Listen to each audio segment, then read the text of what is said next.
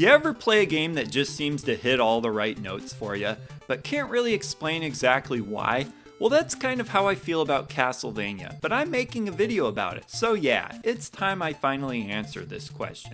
I'm talking specifically about the original Castlevania, released for the original Nintendo.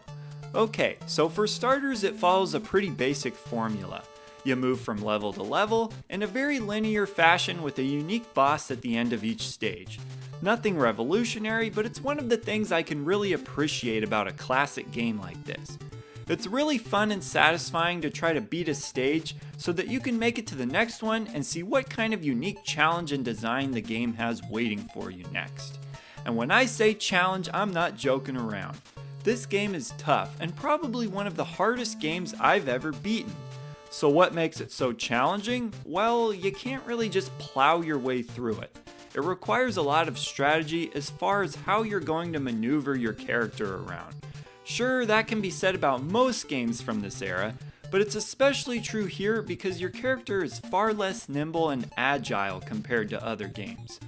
Because of this, it's a lot harder to bail yourself out of sticky situations. For example, in Mario you have such good control over your character that you're more likely to save yourself from bad situations with some quick and timely platforming. In Castlevania, it's a lot harder to correct bad decisions or poorly timed jumping. It can also be kind of difficult to get on and off the stairs, which is why I often recommend just jumping some of these flights of stairs, no matter how many steps there are, and that goes for real life as well. One of the biggest gameplay mechanics that exacerbates all of this is getting knocked back when you get hit. For obvious reasons, this is a huge problem when trying to avoid pits of death, not to mention how it's just jarring and messes up your rhythm regardless of the situation. Because of this, it helps to proceed cautiously and carefully plan how you want to move through the level. And actually, what makes the game the most difficult has got to be the parts where you are forced to react in the moment. A lot of the boss fights are that way. In fact, I'd say one of the most difficult elements in this game would have to be the times when there's unpredictable stuff flying around the screen. The most infamous example of this would have to be the Medusa heads, which people really hate. As far as the theme of the game goes, I think this is where it really sticks out. Castlevania unsurprisingly uses a very gothic-centric theme.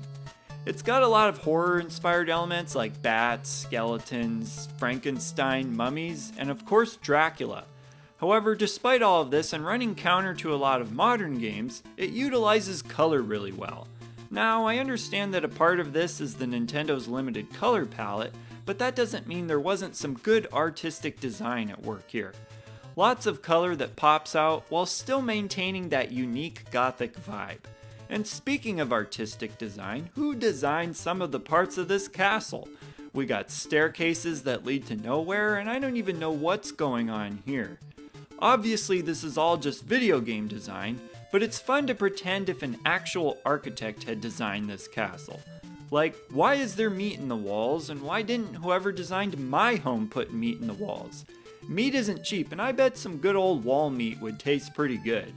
The meat is actually a pretty fun gameplay mechanic though. It restores some of your life bar, which is obviously pretty important, and trying to find the spots that have meat hidden inside of it can be fun and rewarding. It should be mentioned that when talking about Castlevania games, there's generally two styles that are talked about. There's the Metroidvania type of games that are known for their similarity to how the Metroid games play, and then there are the more classic games, sometimes referred to as Classicvania.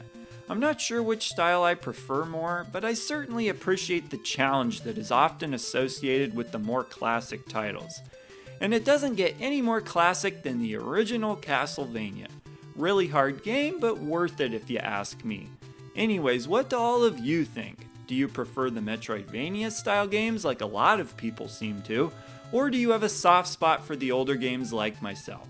As always, let us know down in the comments and I will see ya in the next video.